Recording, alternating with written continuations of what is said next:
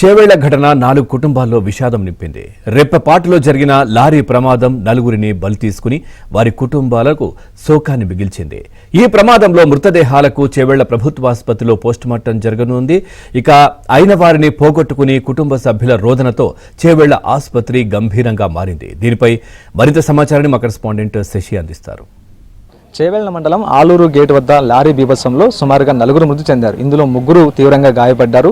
మృతి చెందినటువంటి 4 మృతదేహాలను ఇటు చేవేళ్ల ప్రభుత్వ ఆసుపత్రికి తీసుకొచ్చారు. ప్రస్తుతం పోస్టుమార్టం ప్రక్రియ కూడా కొనసాగుతుంది. ఇప్పటికే సుజాతకు సంబంధించినటువంటి మృతదేహానికి పోస్టుమార్టం పూర్తయింది. మరి కాసేపట్లో బంధువులకు ఈ మృతదేహాన్ని అప్పగించనున్నారు పోలీసులు. మరోవైపు మరొక 3 మృతదేహాలకు కూడా పోస్టుమార్టం నిర్వహించాల్సి ఉంది. ఇప్పటికే కృష్ణతో పాటు అలాగే రాములు, జమీల్ ఈ 3 మృతదేహాలకు సంబంధించినటువంటి పోస్టుమార్టం కూడా మరి కాసేపట్లో పూర్తి కాబోతుంది. ఇక ఇదే కాకుండా వీరంతా కూడా లోకల్గా తమ పొలంలో పండేటటువంటి పంటలను తీసుకొచ్చి ఆలూరు గేట్ వద్ద పక్కనే ఉంచుకుని వీరంతా కూడా విక్రయిస్తూ జీవనం పొందుతూ ఉన్నారు. ఇదే సమయంలో నిన్న 4 నుంచి 5 గంటల ప్రాంతంలో హైదరాబాద్ నుంచి వికారాబాద్ వెళ్తున్నటువంటి లారీ ఒక్కసారిగా కూడా అదుపు తప్పి వీరి మీదకు దూసుకొచ్చింది.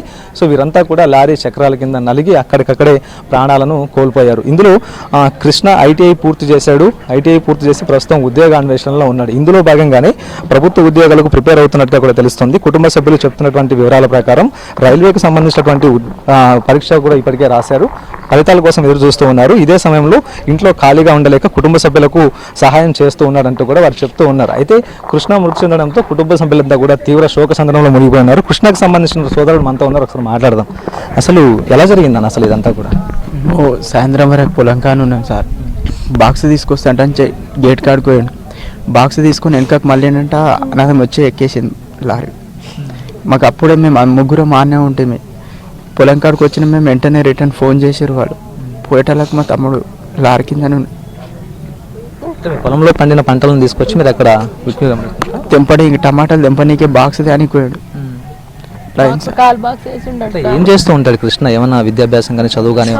ఐటీఐ కంప్లీట్ అయింది. మొన్ననే సెంట్రల్ ఎగ్జామ్ రాసిండు. ఏం చెప్పారు చివరిగా మీ బస్ స్టాండ్కి వచ్చేటప్పుడు ఆ గేట్ దగ్గరకు వచ్చేటప్పుడు మీకు ఏం చెప్పొచ్చారు? మేము లేము సార్ ఆయన దగ్గర. చెప్పండి, అసలు అనుకోకుండా ఇది జరిగింది? అసలు అనుకోకుండా జరిగింది సార్. బాక్స్ కానీ వచ్చిండు, అనుకోకుండా జరిగింది. మేము ఆడచేయంలో ఉన్నారు అందరూ. చెప్పకుండా అమ్మ నేను బాక్స్ తెస్తా అన్నాడు. పత్తి తెంపుకుందామండి అంటే పత్తి తెంపలేము ముండ్లు ఉన్నాయంట అని నేను బాక్స్ తెస్తామా అన్నాడు. కానీ బాక్స్ కానీ వచ్చిండు. మళ్ళీ ఇంటికి ఆడికి వెళ్ళి చేయని దగ్గరనే వెళ్ళి అందరం ఆడికి చేయనికి వెళ్ళిపోయినాం అంతే సార్. ఎలా ఉండేడమ్మా కృష్ణ? అసలు ఇంట్లో అందరితో ఎలా ఉండేవాడు? అందరితో మంచిగా ఉండేవాడమ్మ. మంచిగా పండు అది అరటి పండు అమ్మ అది. అందరితో మంచిగా క్లోజ్గా ఉంటాడు. మంచిగా ఉంటాడు. అక్కలతో అన్నలతో బావలతో క్లోజ్గా ఉంటాడు. అందరితో పిల్లలతో పిల్లలు ఉంటాడు. పెద్దలతో పెద్దలు ఉంటాడు. అందరితో మంచిగా ఉంటాడు. ఆయన అందరితో మంచిగా ఉంటాడు. తమ్ముడు అందరితో మంచిగా ఉంటాడు. మొత్తానికి ఆ కృష్ణ లేడన్న ఒక మరణ వార్త వీరంతా కూడా జీర్ణించుకోలేకపోతూ ఉన్నారు.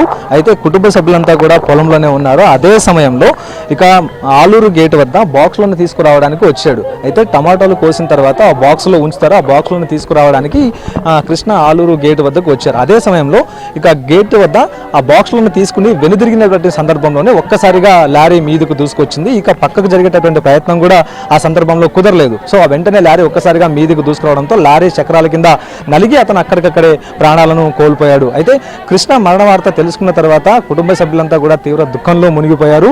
కొద్దిసేపట్లోనే వస్తాను అంటూ కూడా బయలుదేరినటువంటి కృష్ణ విగత జీవిగా పడుండటాన్ని కుటుంబ సభ్యులు జీర్ణించుకోలేకపోతూ ఉన్నారు. మరోవైపు ఉన్నత చదువులు చదివాడు, తర్వాత ఐటీఐ కూడా పూర్తి చేశాడని కుటుంబ సభ్యులు చెప్తూ ఉన్నారు. ఇప్పటికే సెంట్రల్ ఎగ్జామ్స్ కూడా రాసి ఫలితాల కోసం ఎదురు చూస్తున్నటువంటి సందర్భంలోనే ఇంత ఘోరం జరిగిందంటూ కూడా చెప్తున్నారు. అందరి తలలో నాలుకలో ఉండేటటువంటి కృష్ణ ఇక లేదన్నటువంటి విషయాన్ని కుటుంబ సభ్యులు అయితే మాత్రం జీర్ణించుకోలేకపోతున్నారు. సో మొత్తానికి చేవేళ్ల ప్రభుత్వ ఆసుపత్రి వద్ద ఒక భయానక వాతావరణం నెలకొందంటూ కూడా చెప్పుకోవచ్చు. సో మొత్తానికి మృత్యుపాశంలా దూసుకొచ్చినటువంటి లారీ చక్రాల కింద నలిగి 4 మృత్యువాత పడ్డారు. ప్రస్తుతం సుజాత మృతదేహానికి పోస్టుమార్టం పూర్తయింది. మరో 3 మృతదేహాలకు కూడా పోస్టుమార్టం మరికొద్దిసేపట్లో పూర్తవుతుంది. అనంతరం కుటుంబ సభ్యులకు డెడ్ బాడీని అప్పగించనున్నారు. మరోవైపు ఇప్పుడు చేవేళ్ల రహదారిలోనే ఆలూరు గేట్ వద్ద ఇప్పటికీ కుటుంబ సభ్యులతో పాటు స్థానికంగా ఉండేటువంటి గ్రామ ప్రజలు కూడా ఆందోళన చేస్తూ ఉన్నారు. గత కొంతకాలంగా రోడ్డు విస్తరణ పనులు చేపట్టాలంటూ కూడా డిమాండ్స్ వ్యక్తమవుతున్నాయి. 2016లో ఇప్పటికీ అందుకు సంబంధించినటువంటి శాంక్షన్ కూడా చేయడం కూడా జరిగింది. అయితే ఎన్జిటీలో కేసు నడవడం వల్ల, ఎన్జిటీలో కేసు ఉండడం వల్ల రోడ్డు విస్తరణ పనులు ఆలస్యమయ్యాయంటూ కూడా ఒకవైపు అధికారులు చెప్తూ ఉన్నారు. మరోవైపు కేసు కంటిన్యూ అవుతోంది కాబట్టి ఈ నెలాఖరులోపు అంతా ఎన్జిటీకి సంబంధించినటువంటి కేసు క్లియర్ అయితే ఆ తర్వాత రోడ్డు విస్తరణ పనులు కూడా తాము పూర్తి చేస్తామన్నది అధికారులు చెప్తున్నటువంటి మాట. సో మొత్తానికి మాత్రం ఈ ప్రమాదం 4 కుటుంబాల్లో తీవ్రమైనటువంటి విషాదాన్ని నింపింది. Over to studio.